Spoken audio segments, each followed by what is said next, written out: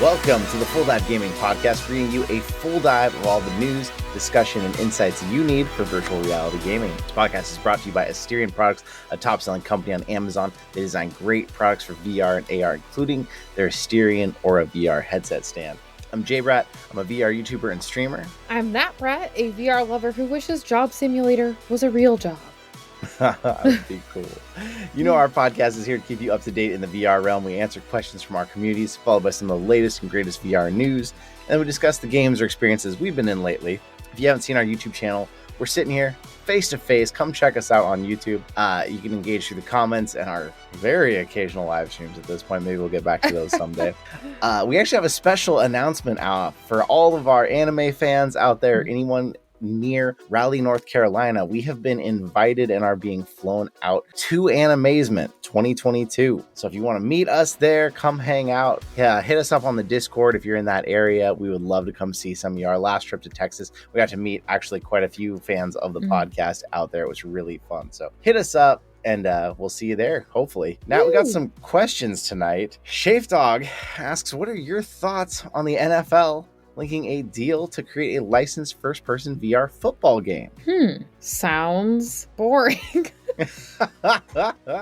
I think that is cool though, because I feel like the football video games are really big, and I think that could definitely bring some more legitimacy to VR. I feel like I don't know how they would do it, because in flat games you play all the little people and control a team. So I'm not sure how they would do that for VR. Well, I feel like Shafe Dog should have came on this episode and actually talked about this. Shafe Dog was on a while back, because Shafe Dog really likes a game called 2MD Football that is on PSVR already. And people say it's actually a really cool VR simulator, football simulator, whatever you want to call it. It's not realistic looking at all, but they say it's really fun. You write out your plays, you get out on the field. I don't actually know how that controls, but I think football is a really tough one, because there's kind of two things that happen with VR. People get a VR game and they expect it to be like they're really living that life and living that situation. But the other thing is, a lot of times developers think to themselves, oh, this is still a game. We can make it so you press A and you throw the football. And you get this clash between what the people want and what the developers think is okay, because in Madden NFL football, you press a button to throw a football. They don't realize, oh, we're in VR, it needs real. But you try and throw anything. You've ever tried to throw anything in VR, you know how hard it's going to be to accurately throw a football. True. It's going to have to be some sort of mechanic where maybe you aim the football ahead of time and then you do a throwing simulation to make the power, but you don't actually aim that way. There's no way. There's just no way current VR, it can work in my mind. I mean, if you held the grip button, I know that's where it's difficult, but a lot of games do that, where you hold the grip button and then let it go as you throw. But that is weird. It's not going to go the right direction. People. You're not going to get the right power. It's going to be way too hard to come out with a really good feeling. Just not going to feel like throwing a football would. So I don't know how they'll do it, but I would love to see it. I want to see more things. The biggest thing the NFL should be doing right now is just having freaking, I don't know what it's called, field side, on the field tickets in VR to watch the freaking games. Come on. Yeah. That's more important than an NFL game. Oh, yeah. The other thing I'm thinking of is how they always have real people in the video games. Are they going to 3D scan all the players? I mean, they could. They could make it seems happen. Weird. I feel like it's already weird that do they pay them for this? Oh, yeah. When they have... I mean, they pay someone. I'm not sure if it's the actual players or if they pay the NFL. The NFL has had them sign, we get licensing rights to you as your person. Your likeness. Yeah. I don't know the legal side of all that. It sounds a little sticky. Shafe Dog also asked a question. I feel like we probably answered before, but who knows? Maybe we got some new answers. What flat game or game franchise are you still hoping makes the jump to VR? Honestly, Spyro would also be really cool, but I'm not sure how they would do that when you're a dragon. I could see being a dragon. I could see flying and doing all that. Pokemon. So I've never played a Pokemon game until Nat got Arceus, and she's been really into it. And I kind of like the collecting and crafting side of it, so I help her with that. So seeing that, I feel like it'd be a tough one to get into VR because like Mm. it's just you spend so many hours in Arceus running around picking stuff up. I feel like it would get very Mm. tiring in VR to just be I doing that mean, kind of collecting. that's like kind of the stuff you do in Minecraft, and we love playing Minecraft VR.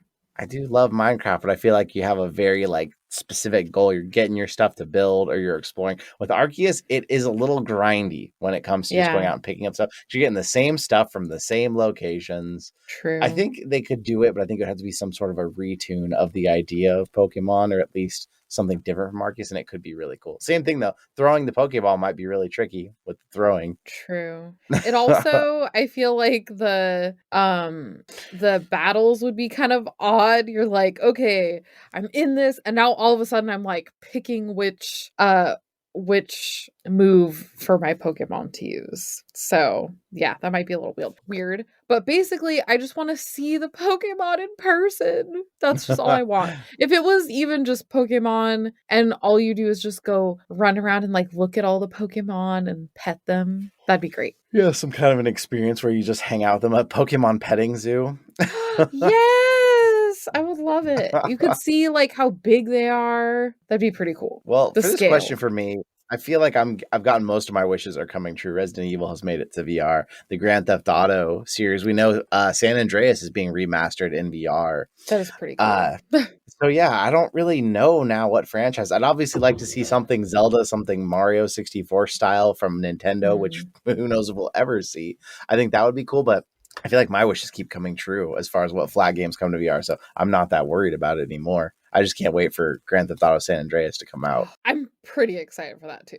Yeah, it's gonna be cool. And I haven't played much Grand Theft Auto, but yeah, that'd be pretty sweet. Well, we got an interesting question from King Shoopy on our Discord. For a little bit of background on this question, King Shoopy is strangely into old tech, I guess I would call it. Asks, do you guys know how to work rotary phones? And I'm very certain King Shoopy is not old enough to have ever seen a rotary phone in the wild. Nat, did you for some reason have a rotary phone in your house? Yes, we had a rotary phone. And no, I'm not so old that it was like the time of rotary phones. Yep. But we got a rotary phone, I think probably from like a garage sale or something like that, and used it legitimately, and not like the stupid ones that are like revamped rotary phones that still have like touch tone buttons. It was an actual rotary phone where it had like that has like the numbers, and it has like little holes, and you stick your little finger in the hole and you pull it over. It's fun, but it takes kind of forever. It's like zoop, zoop, zoop, like, but it's really fun. Yeah. It's a funny question. It's a funny answer too, because like, I mean, technically cell phones existed even when I was a kid, but in my house, what I remember the phone as a kid was this cordless phone that hung off the wall or sat on its station, depending on which place we were living in. But then my mom one day brings home this ugly, old, stinky, gross, like pink colored phone and says, oh, we're gonna put a phone in your room now, and it's the grossest looking little thing I've ever seen.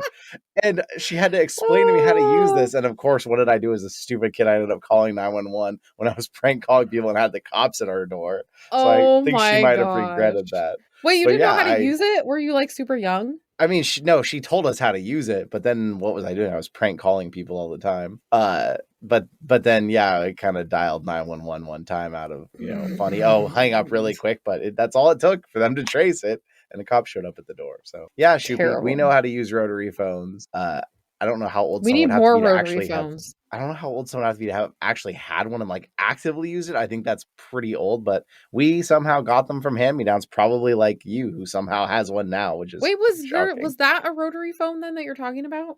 That you called 911? Yeah, it was the one where you Oh, yeah. Okay. I was just like pink cord phone. I didn't hear you say rotary, so okay, cool. Yeah, it was old.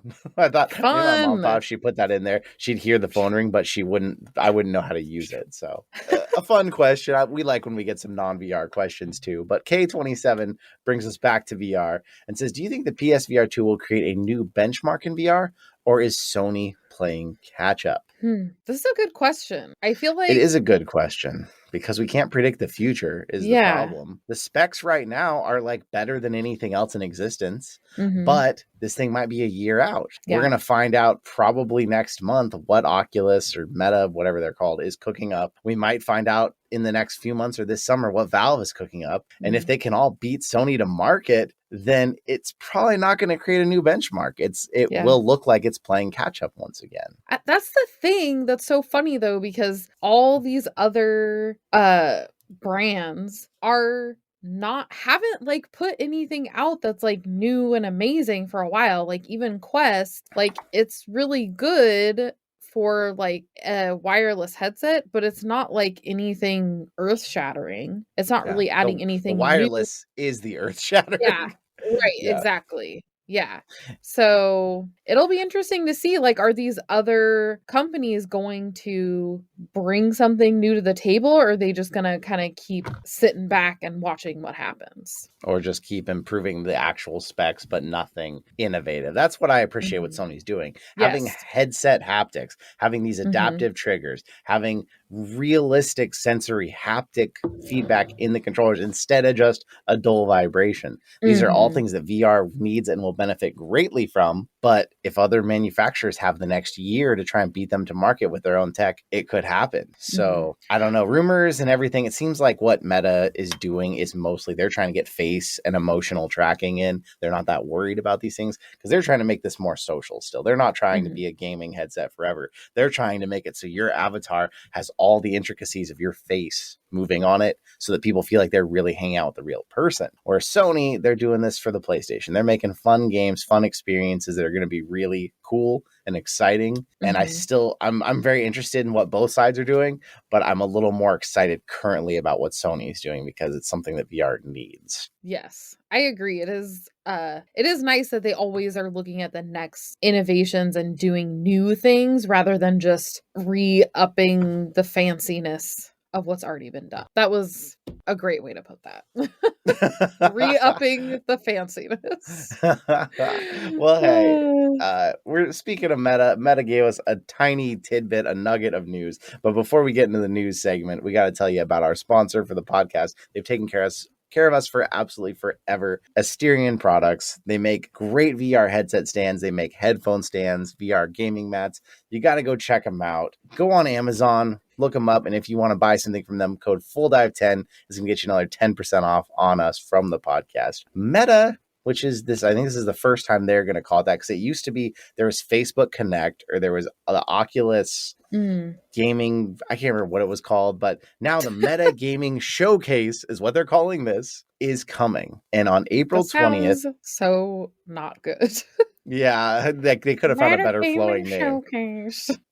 Basically, April 20th, 10 a.m. Pacific time, we're going to be seeing announcements, new gameplay, first looks, updates on games that are coming in the next year, and other surprises too, is basically what they've said. Beyond that, they haven't really told us anything of what to expect. So all these news outlets are speculating on what it means. I would guess there's going to be something about Grand Theft Auto because they teased that already. That's coming. It's time to see a gameplay trailer. It's time to see at least a teaser trailer and hopefully some really other exciting game announcements. We don't know what all's coming. You know, there's been rumors of Splinter Cell and Assassin's Creed VR, but we don't know if those are coming to Oculus or Meta. We don't know any of that. It's all rumors and speculation. But basically, all this information is really telling us is, hey, mark your calendars, 4:20, 10 a.m. Pacific time. There's going to be some VR news coming, and I'll probably be streaming that to talk it over with all of you. I'm excited.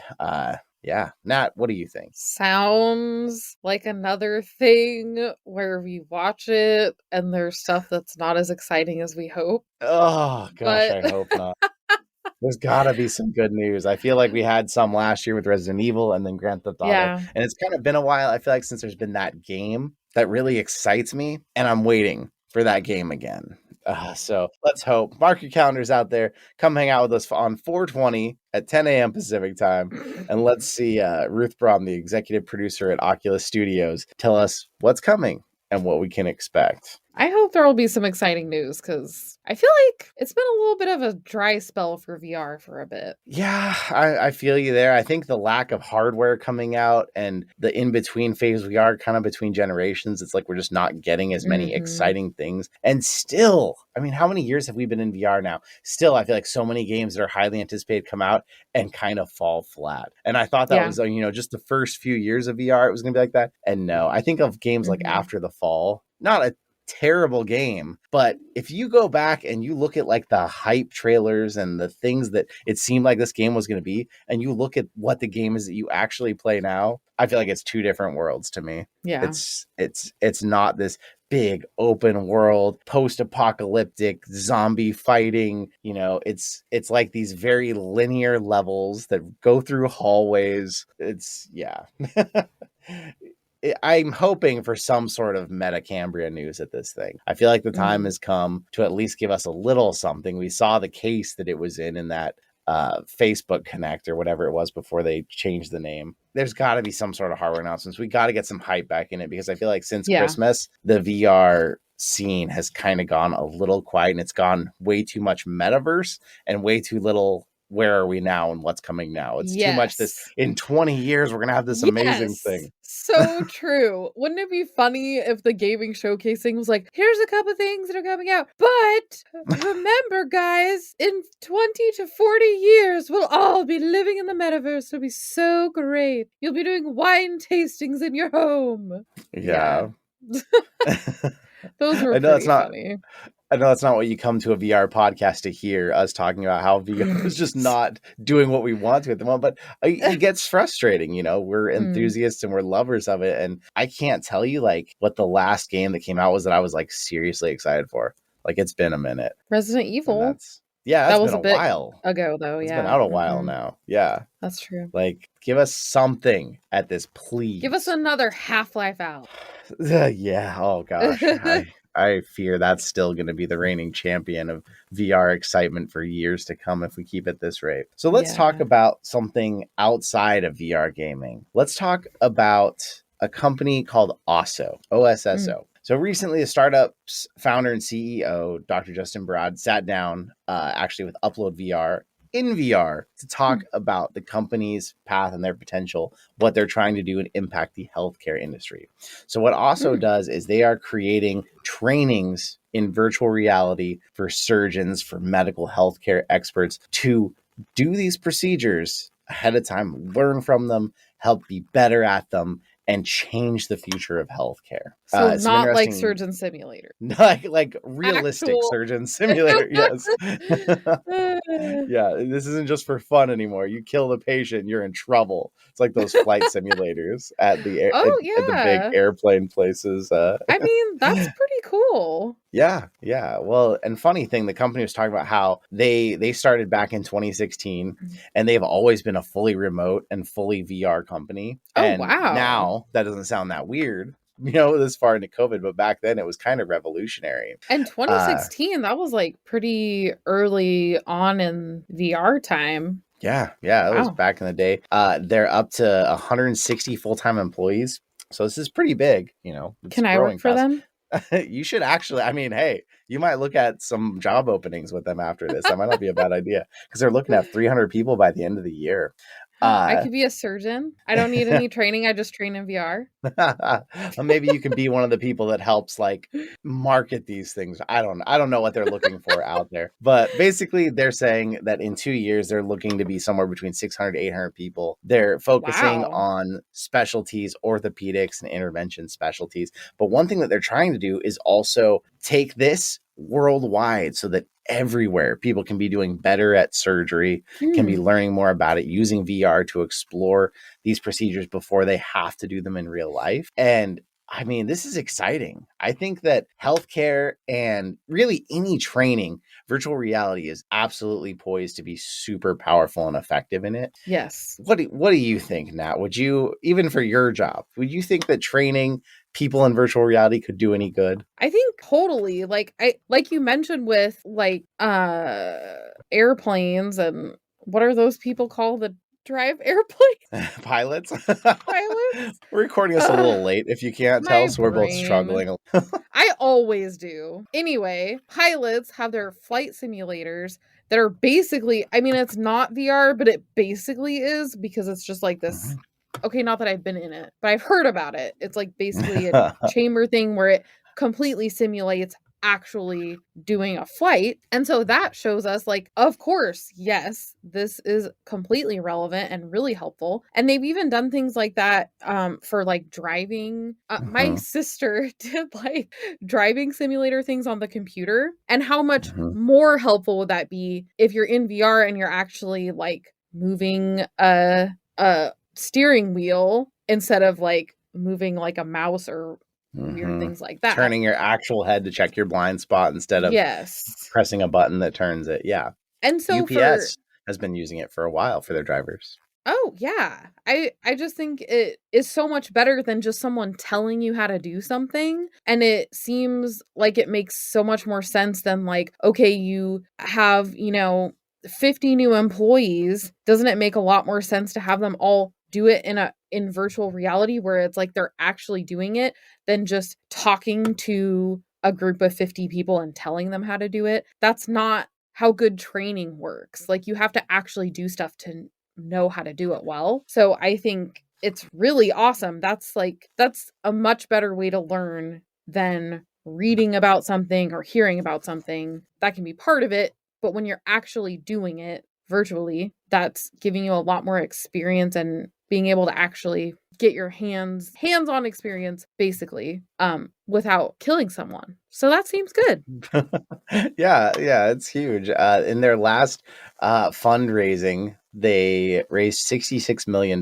So this is not some small company. This is not some side headliners. This is a big deal for the healthcare industry and potentially the future of all of us and our healthcare. I mean, the more experience our doctors have, the better they can do for us in these procedures, as long as robots don't take over. But who knows? Maybe eventually. Maybe it'll be. Did we talk about this one time? Maybe eventually it'll be like a kind of hybrid thing where it's like people in VR headsets that are like controlling machines or something like that. Like a hybrid of using machines and the human brain, because like machines are really good at certain things, but we need the human brain to be able to make certain complicated decisions or like life-altering decisions like we learned in iRobot. So I don't know. I think that could be a thing that could happen, that in the future, maybe we're using virtual reality when doing these actual procedures. And I think it's really interesting too that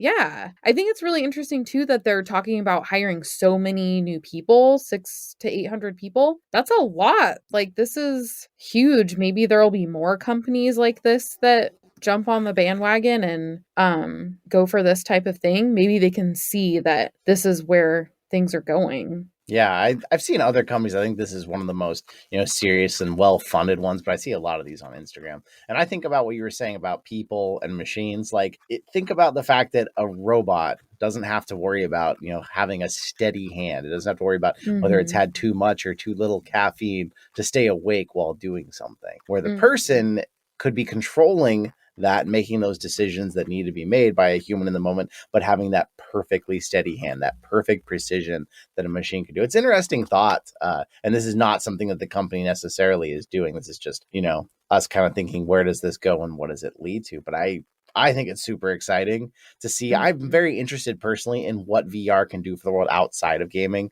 I like gaming with it, but I think that it's so much bigger. It's kind of like when the internet, was first getting big and be like, oh, we're going to be able to play games together on the internet. Well, yeah, but look at the internet now. Gaming's a part of it. But I mean, how many of us could even pay our bills without the internet? How many of us could even clock into work without the internet? It does everything. And I think that VR has that same future for us. We just gotta have companies like this that have the vision beyond gaming to take it further. Right. Beyond gaming and even beyond like the social media type thing, because I feel like we see that these different aspects, but a lot of times we see like gaming and then we see like Meta with their social media stuff, commercialized social interaction basically. But it's really interesting to see these other companies that are doing all kinds of stuff, especially things like healthcare. So that's really cool. I would definitely love to keep an eye on this and other companies like that that are doing more with VR, and especially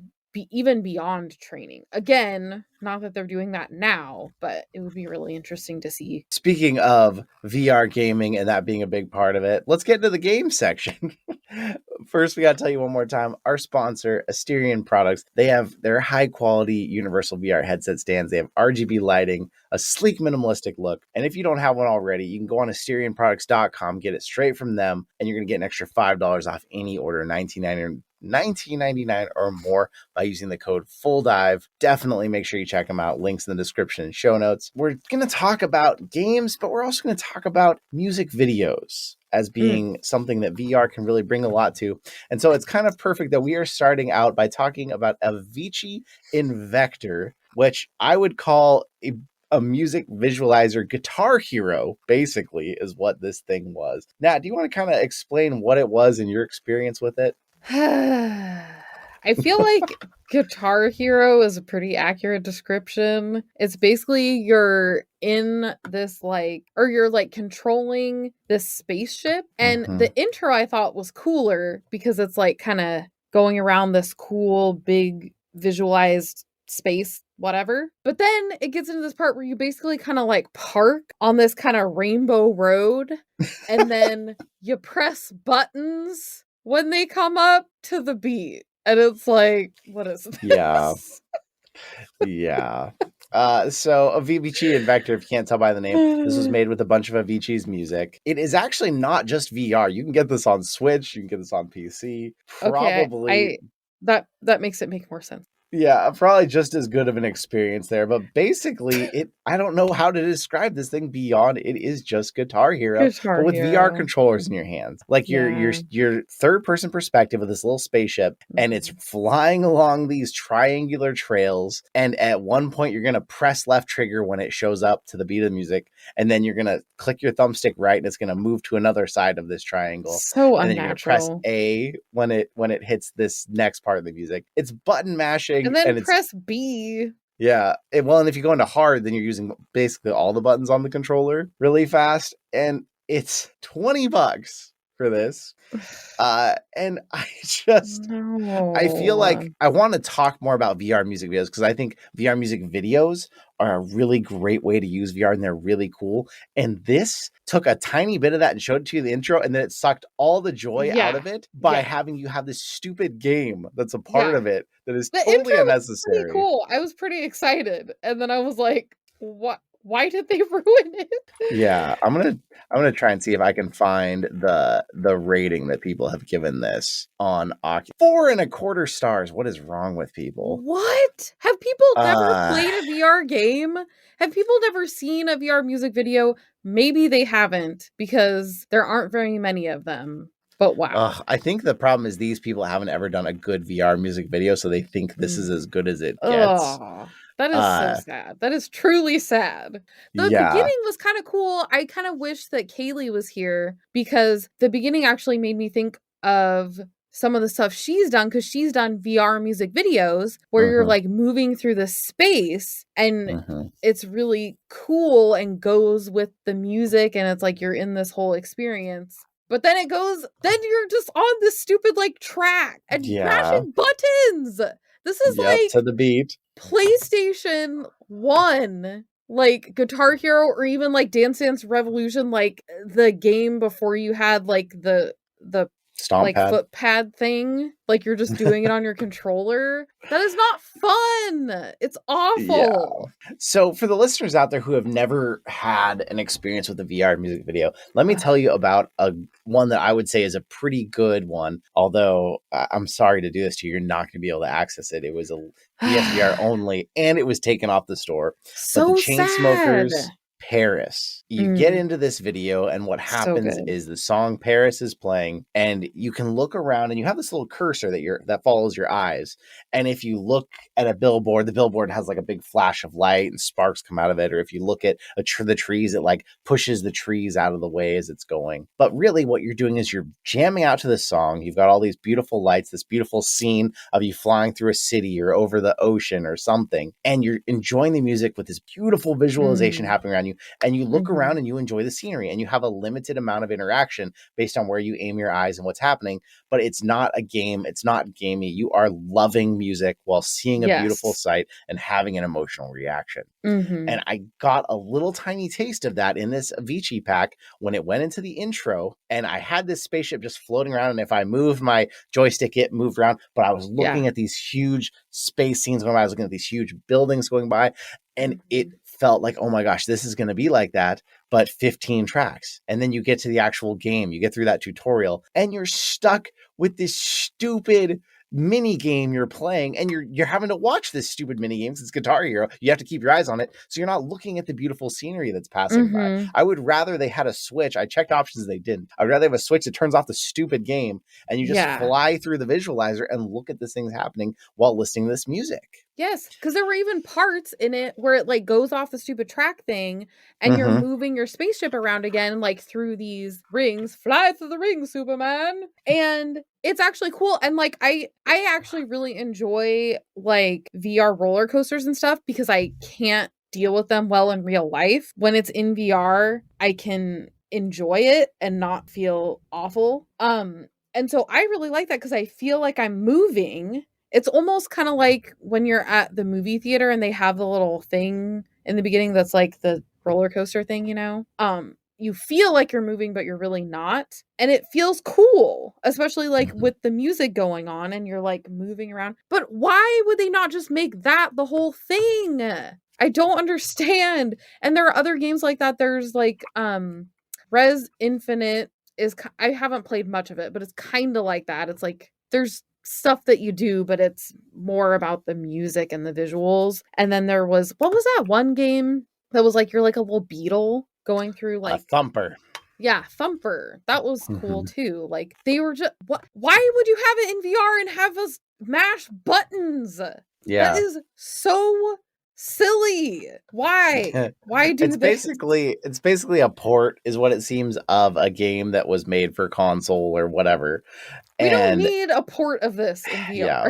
We don't. Yeah. The fact that it's in VR, the visualizations, I'm sure, are a lot bigger, a lot more amazing than they would have been on a Switch. But this little game you have to play degrades the whole experience. Yeah. I got to a point where I just put my thing off to the side on the triangle. It didn't have the buttons or whatever. And I just let it go. I got a terrible score and I just watched the world go by. And that was way more fun, way more beautiful. I was actually able to enjoy the music. This almost gives me, and I know this is going to be a controversial opinion, but this almost gives me Tetris Effects vibes, in that Tetris Effect looked really pretty, had really pretty music, and then had you stuck playing Tetris so you couldn't look at any of the cool stuff. And Tetris is a good game, unlike this, but it was the same problem. You were completely distracted from the surrounding. And I would bet some people, I don't think either of us had an issue, but I would bet some people get a little motion sick of this, because there is a lot of big movement. Yes. At the very beginning, before I kind of got, like, once I got into it, I'm like, okay, this is what it's going to feel like. I was a little like, ugh, like disoriented, because your little spaceship goes like up and to the side and like goes all over the place and is kind of like, ugh. So it's a little much to handle. Yeah. It could definitely not be enjoyable for some people. That is the one thing I think the mini game is kind of there for, in a way that actually does help, because I noticed if I played the mini game, I wasn't really feeling it. But when I did push my ship off to the side and just try to look around, I did start to feel that like, whoa, this is some real movement. Because you have, I mean, what looks to be pillars that are 500 feet tall passing you way out to the side. Like it feels like you're moving through a very big world. And so maybe the game is there to help save you from that too. But it's just, I hated it. The like Chainsmokers music video that you're talking about, I didn't get any motion sickness from that, because you're still like moving in a direction and it's not like big weird movements. It's like you're going straight. and like looking where you're going and stuff. And this just makes me so sad too, because I wish we had more VR music videos. They're so awesome. You're immersed in the music and have these visualizations around you that go with it. I also really like the Kygo Carry Me music video. It's really cool. Has all these visuals of like jellyfish and like people and lights and stuff, and it's so cool. And like Billie Eilish, come on, make us a VR music video, please. I feel like she would be into that. That would be super cool. I don't understand why we aren't doing this. I think it's just still it's too few people. I think it's too few people have a headset, and then to pay for the production, but then also pay the licensing fees on the music. I think there's a lot of layers to that makes a lot of cost with very little return. So no one sees the value in doing it is the problem. But the ones that art ultimately comes down to money at some point. Sadly, money ruins everything. But yeah, there is Kygo Carry Me. We talked briefly about that. If you have a PC, you can still experience this on Steam or on Oculus Rift experiences. Oh, good. Because it's really that cool. one. Chainsmokers, you're never going to get your hands on. So sad. I'm glad we have it. There's a Young, Dumb, and Broke one for Khalid. It's not great, but I would put it light years ahead of this Avicii thing that we tried to play tonight. Yeah.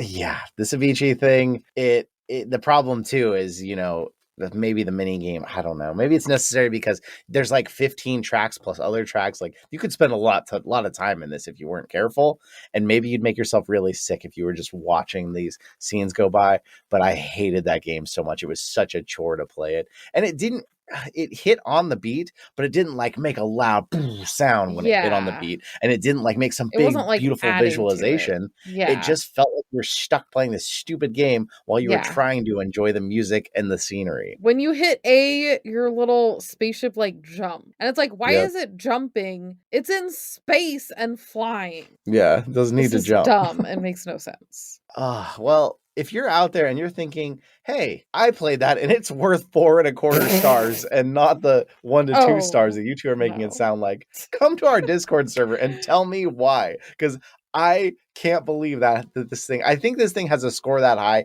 because people love the music, they miss the artist, and so they're rating this higher because of that. Because this, just taken at face value of a VR game, has no value to me at all. So yeah, come tell us. Ask us questions for future podcasts, and you can have your questions answered. Ask us questions about rotary phones and whatnot. Yes. You can, of course, take it a step further and be a direct supporter on Patreon. We want to say a huge thank you to all of our patrons. You are now covering all of the costs of the podcast, which is huge for us. And if you have ever considered rating and reviewing any podcast and you want to do it for us, that would be absolutely huge because it really does help reach. Maybe we can go from the number 4 VR podcast that we are claimed to be by some weird obscure media blog site to the number 3. I don't know how they make those lists, but I want to say thank you so much. If you're listening, you can watch us on YouTube. If you're watching on YouTube, you can take us anywhere. Overcast, Ghana, Apple, iTunes, Spotify, Google. We're on like everything. So thanks for listening. And remember, when it comes to VR, you have to put one in.